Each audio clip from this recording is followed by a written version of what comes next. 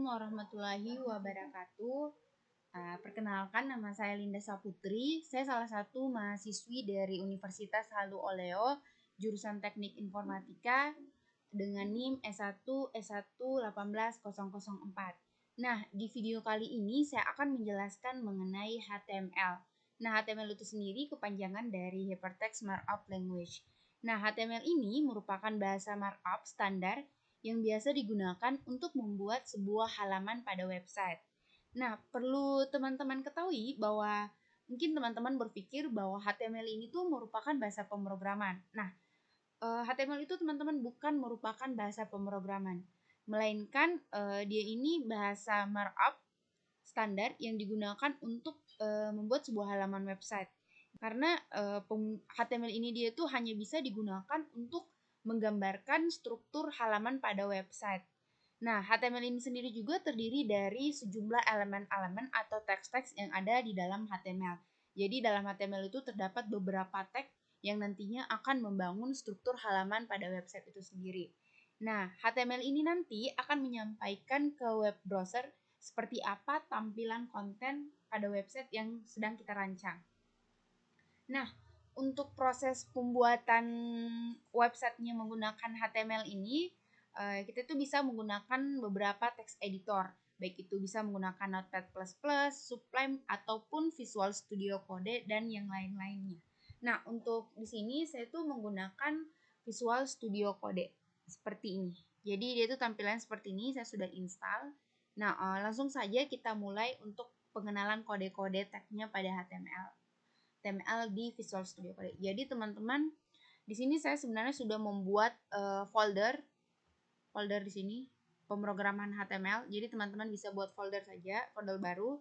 Nanti teman-teman bisa drag ke sini atau bisa langsung file atau di sini open folder. Nanti dia akan terbuka. Jadi saya sudah terbuka sini.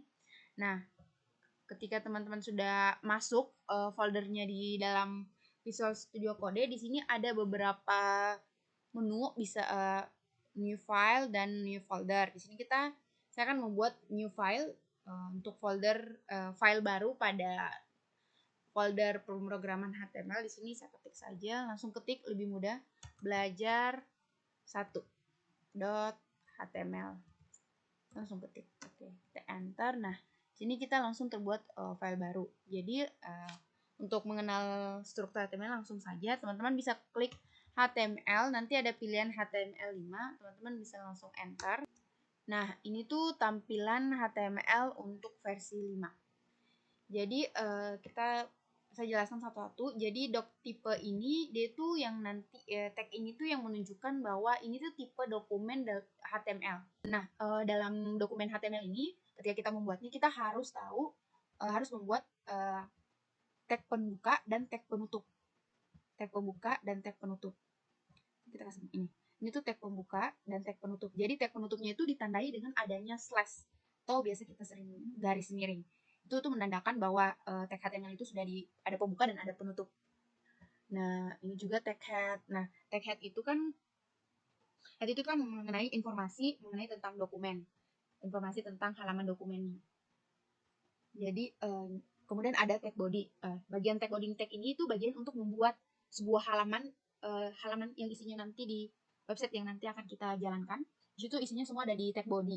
Itu atau bisa dibilang dia itu bagian tubuhnya dari sebuah halaman website. Nah, kemudian ada namanya ini tag head. Ini tuh bagian tag head itu informasi tentang dokumen. Nanti ini yang di dalam itu ada tag title. Tag title itu dia itu yang berisikan judul sebuah halaman. Judul halaman yang ada di title bar. Nah, title bar itu yang seperti ini. Misalnya di sini saya ketik halaman website itu. Halaman website saya di sini. Jadi kita bisa Ctrl S, F dan di sini. Nah, karena di sini saya sudah menginstal Open in Default browsernya, sudah langsung bisa. Teman-teman jika belum ada muncul tampilan seperti ini ketika pertama kali install aplikasi Visual Studio Code-nya, jadi teman-teman bisa masuk di ini extension. Ketika diklik nanti di sini teman-teman bisa cari ini Open in Browser. Nah, karena saya sudah ada, kita langsung in default browser. Jadi dia sudah ada seperti ini. Ini tuh title untuk tampilan di title barnya. Nah, oke, langsung saja. Nah, di sini kita langsung buat saja. Nah, dalam proses pembuatan website kan kita buat di tag body untuk mengisi semua isi-isinya. Di sini teman-teman harus kenal namanya heading, head 1. H1. Nah, H1. Sini kita misalnya judul, ini tuh kayak judul, terus pemrograman. H1-nya ini dikenal ada 6, H1 sampai H6. Jadi yang perlu teman-teman ingat, semakin kecil H1-nya, semakin kecil H1. Kalau H1 itu berarti dia itu semakin besar ukuran tulisannya. Nah, sementara jika kita menggunakan H6, dia tuh tulisan pemrogramannya semakin kecil. Pemrograman. Kita Ctrl S. Baru kita open in default browser. Nah, ini tuh H1. Jadi tulisannya lebih besar. Nah, kalau kita menggunakan H6, itu lebih kecil. Begitupun kalau H3, berarti dia akan lebih besar lagi. Jadi di sini kita menggunakan H6. Itu tergantung nanti teman-teman bisa tulis kerjakannya. Saya kasih contoh sebagian. Nah, setelah itu di sini saya membuat hub programan. Ada juga kita langsung buat tag paragraf. Nah, untuk membuat ini tag paragraf itu untuk mengisi isinya, paragrafnya. Jadi di sini saya langsung misalnya saya kasih masuk filenya di sini tuh.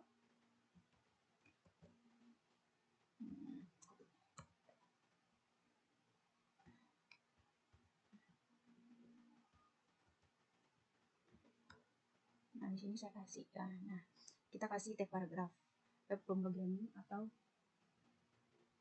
satu. Ctrl S terus kita jalankan. Nah, dia tuh akan tampil seperti ini. Web programming atau pemrograman web merupakan istilah yang erat kaitannya dengan internet. Jadi seperti ini. Nah, itu gunanya menggunakan tag paragraf. Jadi itu lebih teratur. Nah, misalnya kalau teman-teman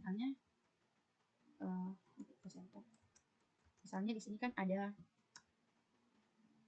satu misalnya jenis-jenis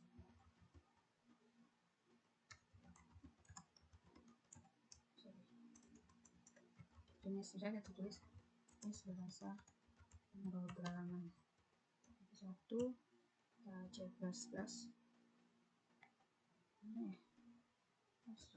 dua JavaScript Java terus Java 3 misalnya Python. Nah, kita Ctrl S terus kita jalankan. Nah, prosesnya itu kan dia ada di samping. Ini kan kita ambil. Ini kan dia listnya yang kita tulis 1, 2, 3 dia tuh kan lari ke samping. Maunya kan setelah kita enter ini dia tuh maunya harusnya tersusun ke bawah.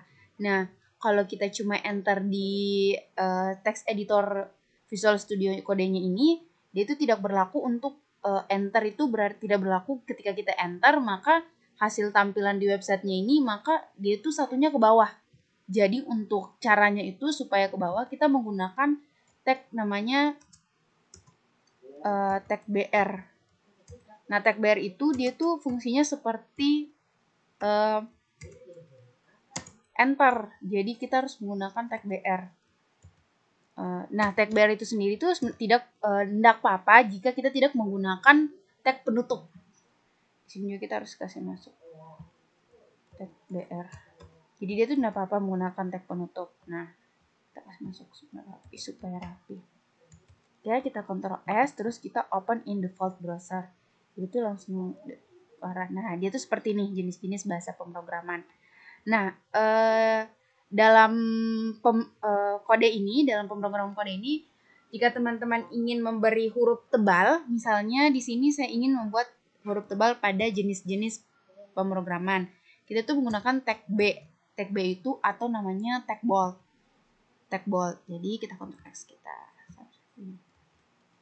S terus kemudian kita open in default browser. Nah, jadi itu untuk memberi efek tebal.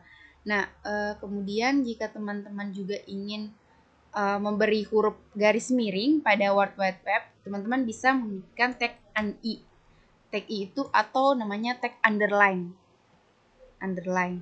Itu sama sih penggunaannya kayak di Microsoft Word. Nah, S, kemudian kita open in default browser, dia tuh langsung ke ini. Jadi dia tuh memberi efek tulisan miring. Nah, selain itu ketika kalau misalnya teman-teman juga ingin memberi, misalnya kita ingin kasih garis apa ya, strike atau garis coret, bahasa ini tuh garis dicoret, bisa menggunakan tag del. Tag misalnya di tag del, dia itu harus pakai tag penutup. Nah, F, S, kemudian kita open in the file browser. Nah, dia tuh seperti ini. Nah, selanjutnya jika misalnya teman-teman ingin memberi efek, misalnya ini mau di tengah. Tengah itu kita kasih lagi nih, sini center. Center itu tengah. Tag center.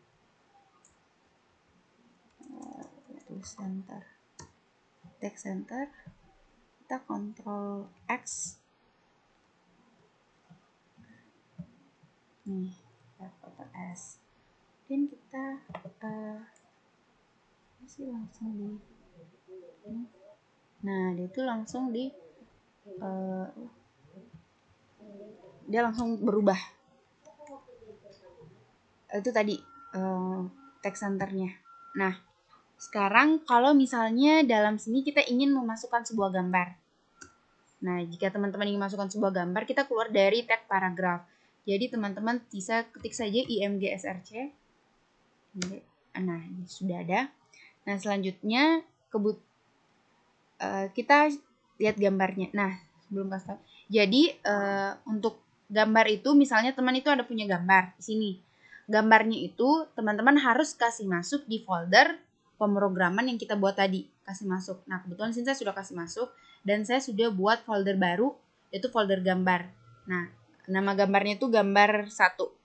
Nah, setelah itu sudah masuk, maka dia itu kalau sudah masuk dia itu otomatis akan masuk di filenya. Seperti ini. Ini tuh folder gambarnya. Jadi nanti teman-teman sisa tulis dulu nama foldernya. Ini tuh nama folder. Nah, ini kan nama foldernya itu nama folder gambar. Nah, kalau kita sudah kemudian kita tindih slash garis miring itu, nanti dia akan muncul nama gambar yang ada di folder gambarnya. Nah, di sini satu tulis gambar JPEG. Nah, kemudian kita Ctrl S, kemudian kita running. Nah, maka gambarnya muncul. Nah, berbeda jika misalnya teman-teman itu kalau misalnya teman-teman lihat ada tampilan seperti ini, terus kita alternatif S, terus nggak ada gambarnya, dan ini tuh fungsi alternatif itu alter dia tuh fungsinya misalnya no picture, dia tuh kayak memberi informasi atau kayak notification kalau misalnya gambarnya tidak ada, maka dia tuh tampilan seperti ini. Nah, itu no picture. Itu tampilan seperti ini. No picture. Jadi itu kalau misalnya penggunaan alternya. Nah, selanjutnya kalau misalnya teman-teman ingin memasukkan link. Nah, kalau memasukkan link, ketik href. Itu untuk memasukkan link. Misalnya kita ingin kasih masuk linknya, siakat misalnya sini. Saya habis buka siakat ini. Apa tadi ya? Oke, sorry. Ini. Misalnya ini kita mau kasih masuk linknya. Di sini kasih masuk link. Ctrl V. Oke, misalnya di sini kita kasih namanya siakat. Ctrl S. Kemudian kita buka, terus kita F5. Kita list ke bawah, maka nih siakat ini. Jadi dia tuh kalau kita klik, nah dia tuh akan mengarah ke link itu siakatnya. Nah, kalau teman-teman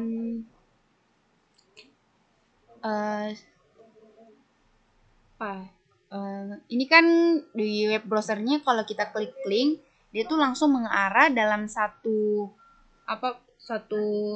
tampilan, satu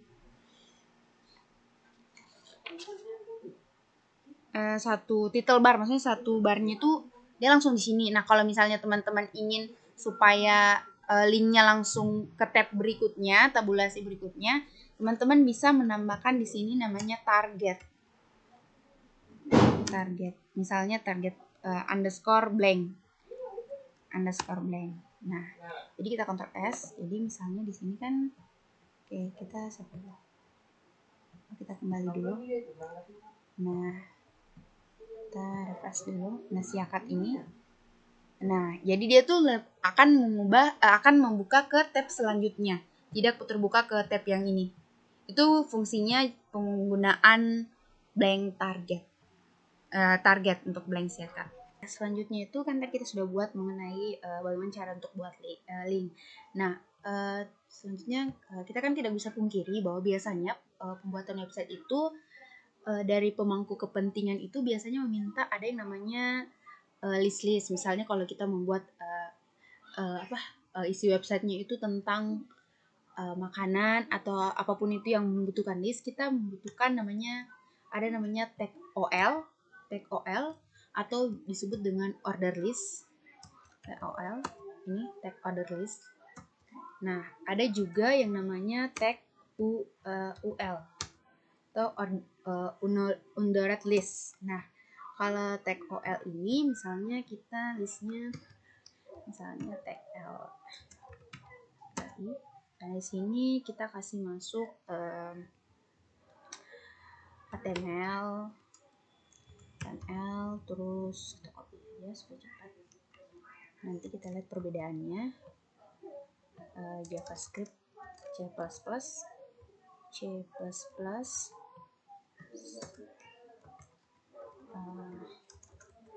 PHP, kayak gini. Terus kalau other list dia itu kita kita kasih masuk misalnya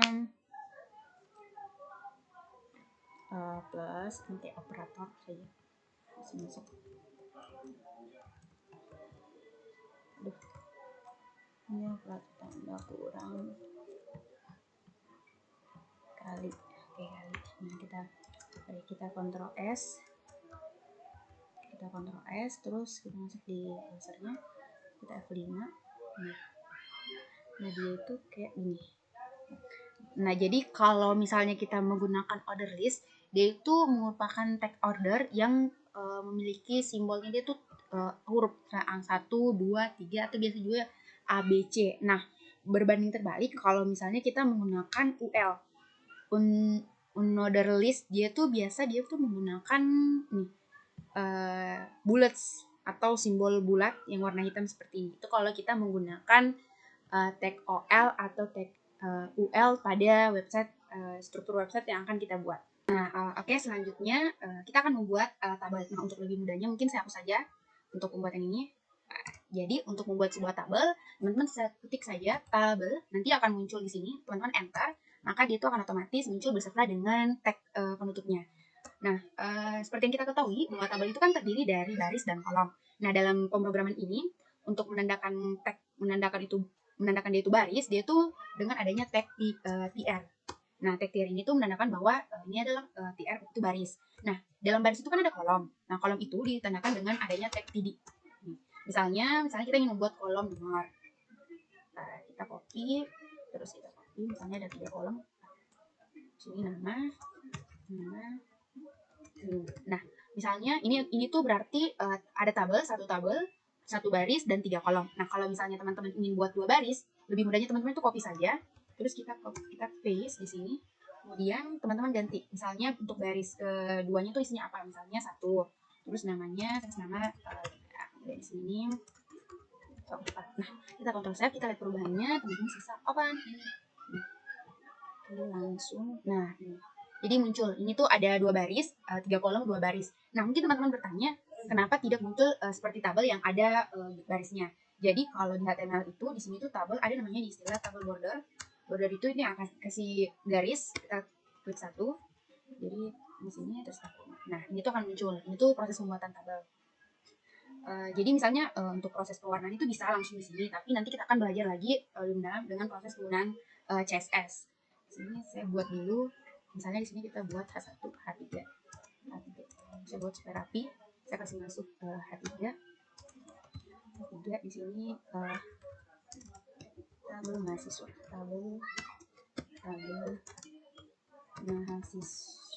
Oke.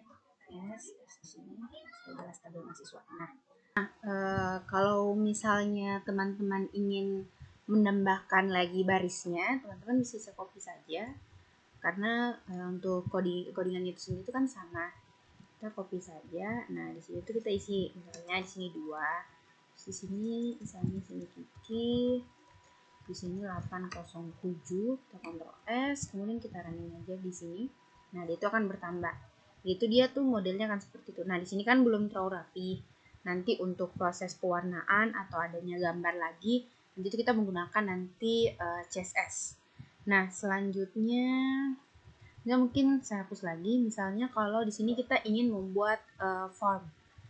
Form itu kan biasanya kalau teman-teman ketahui, form itu biasa digunakan ketika kita itu mengisi formulir. Ada itu biasa untuk memasukkan nama, itu biasa digunakan biasa itu menggunakan kode form.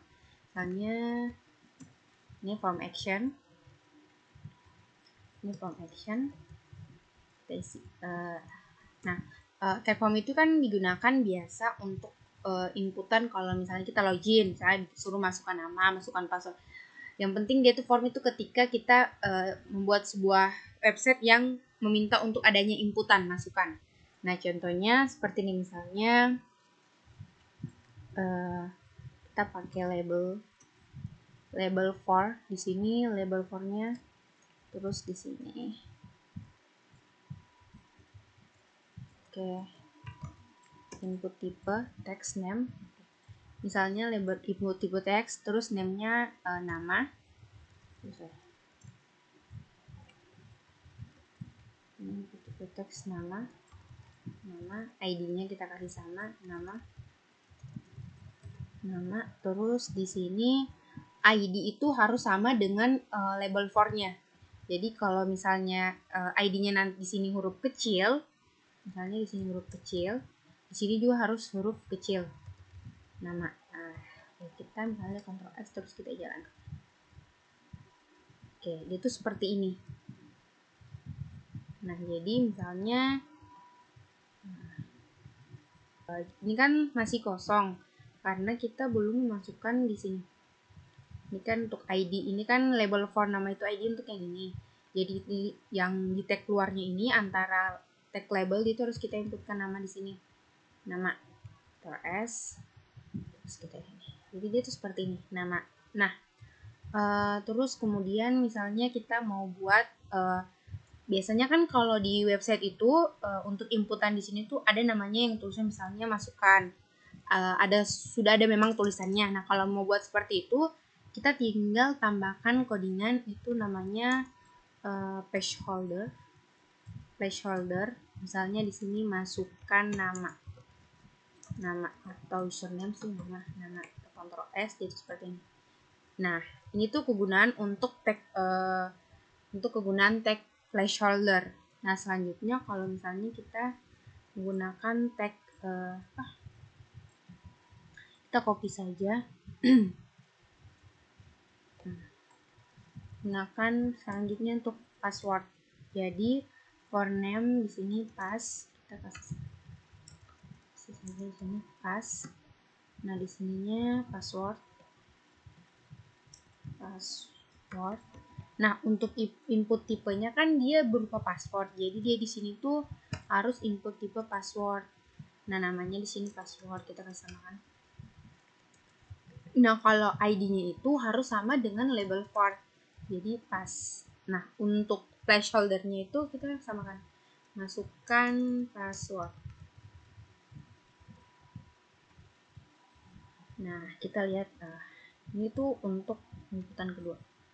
Nah, ini muncul nama dan password. Nah, di sini kan tampilannya masih kurang rapi. Di sini tuh masih sejajar. Maksudnya tidak turun ke bawah. Nah, teman-teman itu seperti yang tadi saya bilang, untuk fungsi enter pada Visual Studio Code pada HTML ini kita bisa menggunakan tag label. Ini tag BR. Nah, Ctrl S. Bisa saja langsung itu terus kita. Jadi dia turun. Namun kalau misalnya tag form dia itu ini kan belum sejajar. Maksudnya kolom-kolom ini belum sejajar. Kolom yang di atas ini belum sejajar. Nah, untuk sejajarnya itu sebenarnya kita harus menggunakan tag table. Jadi caranya Untuk supaya rapi, jadi kita sisa bikin di sini saja. Dalam form, tetap dalam form, kita sisa bikin table. Kita bikin table di sini. Nah, table itu kan ada atributnya itu ada tag tr. Tr itu kan baris. Nah, di tr itu harus ada kolom td. Nah, yang menjadi baris kolom pertama itu ini. Ini tuh kolom pertama. Kita kasih masuk. Ini kolom pertama. Nah, untuk kolom kedua itu ini kita hapus. Kolom kedua ini input teks. Ctrl X kolom kedua. Nah, ini tuh untuk kolom kedua. Nah, untuk baris keduanya berarti kita harus pakai tr lagi. Baris keduanya terus harus pakai tag td atau tag kolom. Itu kita sini. Terus ini kita Ctrl X. Kita lihat ya perubahannya. Nah, kita Ctrl X. Tadi kan ini seperti ini, belum rapi. Nah, kalau kita refresh kayak tadi, nah, jadi itu lebih rapi. Oh, nah, kalau password dia itu, nah, kalau kita menggunakan input tipe teks password, berbeda dengan input tipe teks. Nah, kalau teks dia kan, dia ini dalam bentuk teks. Nah, kalau password dia itu ditandai dengan bintang-bintang, dan ada simbol passwordnya bisa dilihat itu kayak tadi. Yang kayak gini. Itu untuk melihatkan passwordnya supaya passwordnya bisa terbaca. Jadi kalau menggunakan tag table dia itu lebih rapi daripada kalau misalnya kita tidak menggunakan tag table. Nah, kalau misalnya teman-teman ingin lagi tambahkan yang lain, misalnya kalau kita ingin dalam sebuah formulir kan biasanya ada input tipe untuk memasukkan jenis kelamin, atau biasa itu dia digunakan untuk input tipe radio memilih. Nah, untuk input tipe radio itu kita sisa copy saja, kita buat ini copy, terus kita di sini. Nah, kalau input tipe radio kan misalnya dia itu untuk biasa paling sering jenis kelamin. Makanya di sini jenis terus kita hapus di sini jenis kelamin, ini muncul kelamin. Terus input tipenya kita ganti jadi input tipe radio. Kemudian yang itu kita kasih saja jenis jenis. Nah, kalau thresholdnya kan sudah tidak ada, tidak berlaku, misalnya dari digunakan. Kemudian ini kita kasih masuk lagi, kita copy yang ini labelnya, label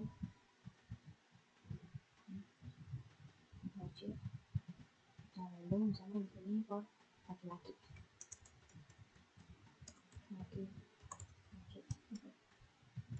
Di sini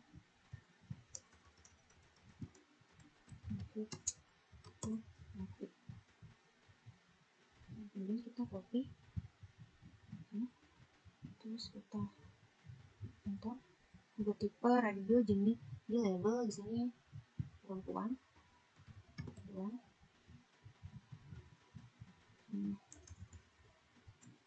Kemudian di sininya perempuan.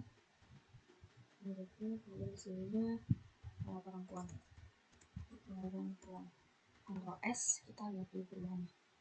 Nah, itu jadi lagi tampil. Ini tuh menggunakan input tipe radio.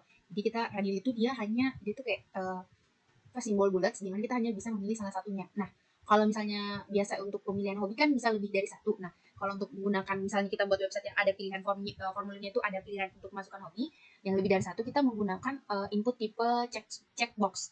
Nah, langsung saja kita copy. Nah, misalnya di sini hobi di sini hobi. Di sini kita ganti input tipenya jadi checkbox.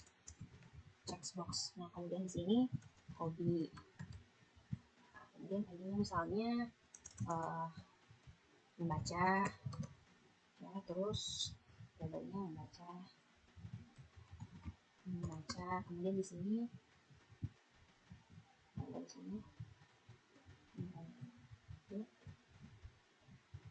Ctrl D. Di sini misalnya musik. Nah, mungkin kalau misalnya teman-teman,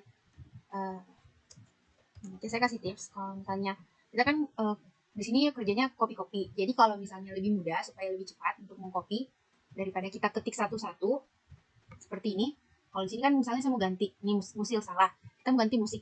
Kalau saya ketik ini muka, terus di sini saya harus lagi hapus satu-satu, itu kan makan waktu. Nah, caranya itu supaya cepat kita blok. Nah, di sini teman-teman blok dulu dari sini.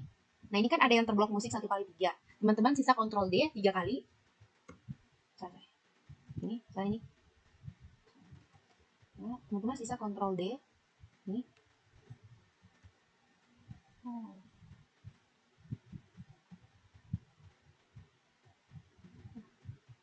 Bisa. Masif D, terus D. Allah.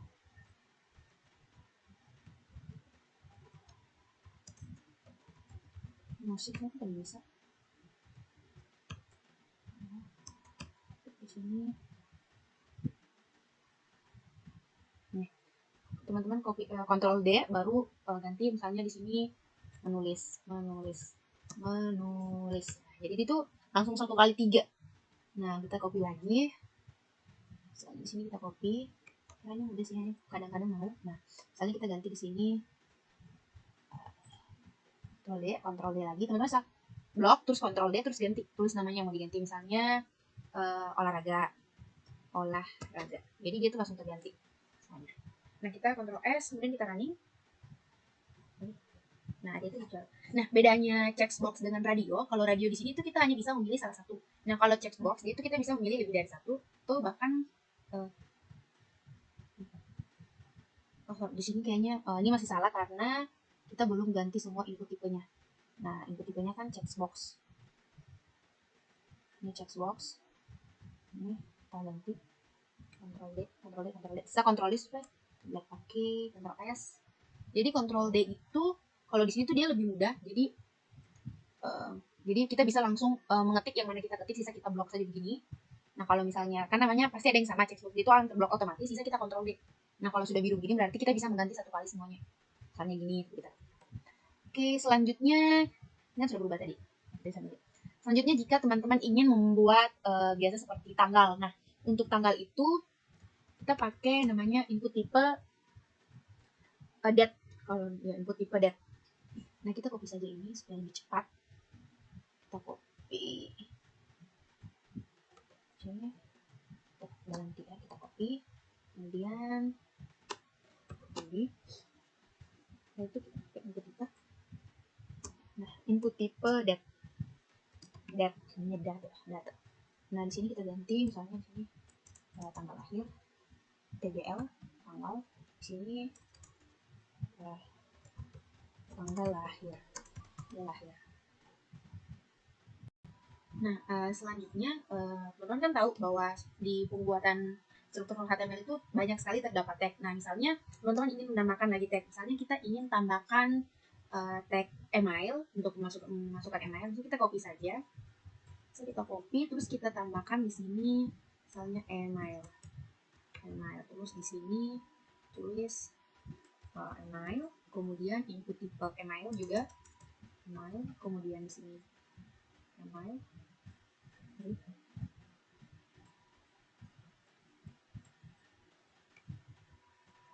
Email. Nah, kita Ctrl S kemudian sini. Nah, sini tuh email. Nah, input tipe email itu jadi kalau misalnya ini tuh akan tervalidasi, dia tuh kalau misalnya kita mengetikkan email tanpa menggunakan add terus kita simpan, dia tuh tidak mau ya, please include an add in the mail address. Jadi dia tuh harus menggunakan tag add juga. Dia harus menggunakan add untuk pembuatan email, dia tuh harus sesuai. Nah, selanjutnya kalau misalnya teman-teman ingin buat lagi, kita bisa misalnya kita ingin tambahkan lagi untuk masukkan tag number, kita copy saja, kan sama, hanya diubah. Kita copy C, terus kontrol sini, lalu di sini kita ganti misalnya ke number, kontrol D nya kita kontrol D saja 3 4, jadi number. Kita ganti jadi number. kita sisa ini. Nah, number. Di sini kalau number itu kan kalau input tipe teks dia tuh bisa dikasih masuk teks. Kalau di input tipe number dia tuh cuma bisa kasih masuk angka nomor. Kalau number tidak bisa. Nah, selanjutnya dalam biasa juga kalau kita membuat itu untuk membuat menemukan file atau biasa itu choose file gitu, mencari file. Kita copy lagi dan kita gunakan tag input tipe file. Kita ganti saja di sini, kita kontrol D supaya cepat. New file. Kita kontrol S, kemudian kita ya, dia itu akan mengarah ke file ini. File nanti akan kita masukkan. Itu untuk kalau misalnya untuk memasukkan file. Nah, selanjutnya kita juga misalnya dalam sebuah website ada yang namanya komentar atau bisa juga dibilang untuk memasukkan alamat. Alamat kan dia tuh panjang. Nah, kalau kita menggunakan input tipe kita copy lagi yang tadi label for di sini input tipe kita ganti jadi teks. Jadi di sini misalnya kita ganti jadi teks area, kita ganti jadi teks area. Di sini misalnya alamat. Nah, ID-nya alamat. Di sini kita kasih alamat untuk labelnya. Nah, di sini alamat. Nah, bedanya input tipe teks area, saya kasih lihat dulu hasilnya itu seperti ini. Jadi, nah, bedanya input tipe teks area dan input tipe teks area, kalau input tipe teks dia itu untuk jumlah masukan kata itu terbatas. Nah, sementara kalau untuk menggunakan teks area, kita bisa menggunakan lebih banyak lagi masukan kata, alamat lebih panjang. Di sini costnya 30, terus kolomnya 10. Jadi, dia tuh lebih panjang untuk mengetiknya. Misalnya baik itu kita mengetik alamat yang panjang, terus komentar, kita dibuat artikel, itu dia tuh menggunakan yang namanya teks area. Jadi, seperti ini. Jadi, dia tuh lebih panjang. Beda dengan kalau kita menggunakan input teks. Nah, itu tadi itu semua penjelasan mengenai tag-tag yang terdapat pada HTML. Nah, misalnya jika teman-teman ingin menambahkan beberapa atribut pada tag-tagnya, misalnya di tag input tipe, misalnya kita mau tambahkan value. Nah, value itu sebenarnya bisa ditambahkan di sini, di input tipe text value. Nah, value itu kan dia lebih ke supaya kita bisa tahu misalnya di sini kita beli nilainya untuk di input tipe teksnya misalnya Linda. Nah, kalau kita Ctrl X itu dia seperti ini. Jadi nilainya itu sudah ada. Nah, kalau kita simpan dia itu akan tersimpan dengan value yang kita tetapkan. Itu Linda. Nah, atribut lain yang bisa ditambahkan misalnya itu read only. Nah, read only berarti artian read only ini read only itu filenya itu kita tidak dapat misalnya hapus, kita tidak dapat melakukan modifikasi atau perubahan, tapi kita dapat melakukan misalnya kita bisa copy, tapi kita tidak dapat untuk melakukan perubahan pada input tipe nama ini. Itu penggunaan atribut kegunaan dari atribut read only. Nah, ada juga bisa teman-teman menggunakan disable. Misalnya disable ini.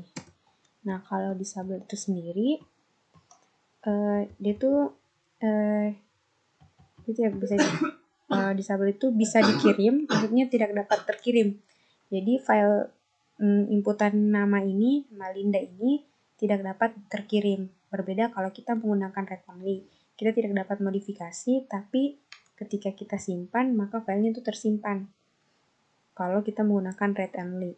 Nah, ada juga kalau teman-teman biasa lihat bahwa ada file formulir itu biasanya ada terus dia itu harus diisi. Nah, harus diisi seperti required. Kalau kita menggunakan ini berarti dia ini harus ada diisi. Misalnya kalau kita tidak isi masukkan namanya, kita simpan. Nah, ada muncul notifikasi please fill out this file. Di sini tuh kita harus isi. Itu penggunaan namanya required. Nih, itu untuk menggunakan atribut required itu fungsinya seperti itu. Nah, di sini juga itu kita juga bisa menambahkan atribut seperti hapus dulu ini size. Nah, size itu yaitu untuk jumlah maksimal jumlah karakternya yang untuk diisikan dalam input teks. Nah, biasa dia itu jumlahnya tuh 50. Nah, di sini juga itu kita bisa menggunakan misalnya maksimalnya berapa. Dia tuh atributnya itu kita klik saja max. Nah, nanti itu max length. Dan ini untuk kita memberi batasan jumlah karakter yang akan kita inputkan pada input tipe teks. Nah, kalau misalnya kita ingin memberi minimal batasan nilai itu seperti di number yang tadi. Di sini maunya kita bisa isi, misalnya saya kontrol dulu. Di sini umur. Nah, di umur ini kita bisa misalnya di sini minimal misalnya 7, umurnya 17, terus maxnya misalnya 20. Nah, kita kontrol S kita. Jadi kalau kita inputkan dia itu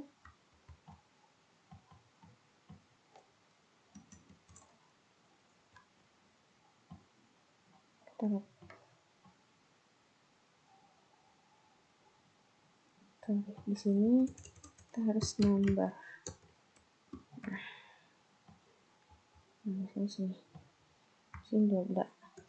itu tidak ada karena dia tuh value-nya nilainya itu mulai dari 17 sampai dengan 20. Dia tuh stuck di 20, nggak boleh lebih, nggak boleh di atas 19, di bawah 20. Di atas 17, di bawah 20 karena kita sudah menuliskan untuk minimal umurnya itu 17 dan maksimalnya itu 20. Jadi kalau kita membuat website dengan menggunakan dasar-dasar HTML ini itu lebih terstruktur. Nah, mungkin itu saja penjelasan mengenai struktur dasar pada HTML beserta atribut-atribut yang bisa teman-teman gunakan. Dan mungkin masih banyak lagi tag-tag yang bisa teman-teman pelajari dan bisa dimasukkan. Dan untuk proses pengeditannya agar tampilan websitenya nanti lebih menarik, nanti kita akan belajar dengan tampilan menggunakan CSS untuk mewarnai dan sebagainya. Itu saja, terima kasih atas perhatiannya. Assalamualaikum warahmatullahi wabarakatuh.